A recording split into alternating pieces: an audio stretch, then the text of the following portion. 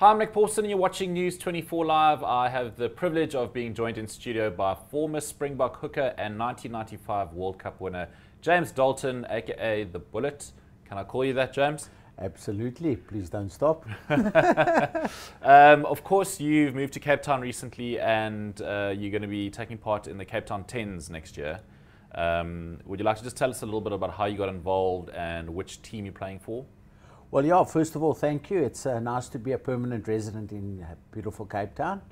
Normally, us Joburg Varleys have aspirations of always coming here on holiday. So now that I'm here, I'm going to stay here for December.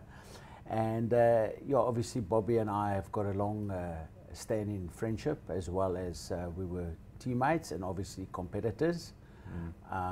And he, in doing business with Surtec, the company that Bob represents, he invited me to participate in the Cape Town 10s, and I gladly accepted.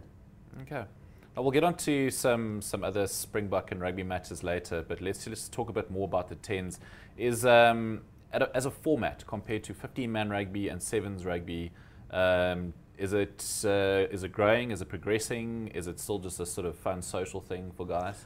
Well, I think it's definitely social, but you know, obviously ex-sportsmen do not understand the aspect of social. You know, when we step over those competitive white lines, you know, the old James Dalton will come out being fiercely competitive and want to win at all costs.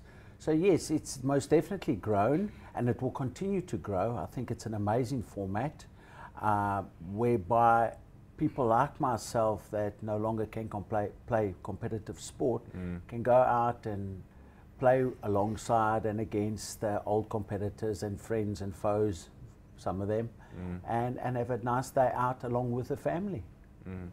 I mean, for former Boks like yourself and Bob Skinstad, Robbie Fleck, whatever, who are very involved in 10s rugby, do you find that the guys miss that competitiveness? That I mean, is that a lot of what 10s is about? Is sort of just getting back, like you say, inside those white lines? Well, I think it's an opportunity. You know, we cannot really be that competitive in the 15-man format, although there is the Legends, Sala's Legends, which is a 15-man format. The 10 is a little bit easier. I think it's 10 minutes aside, 10 players aside.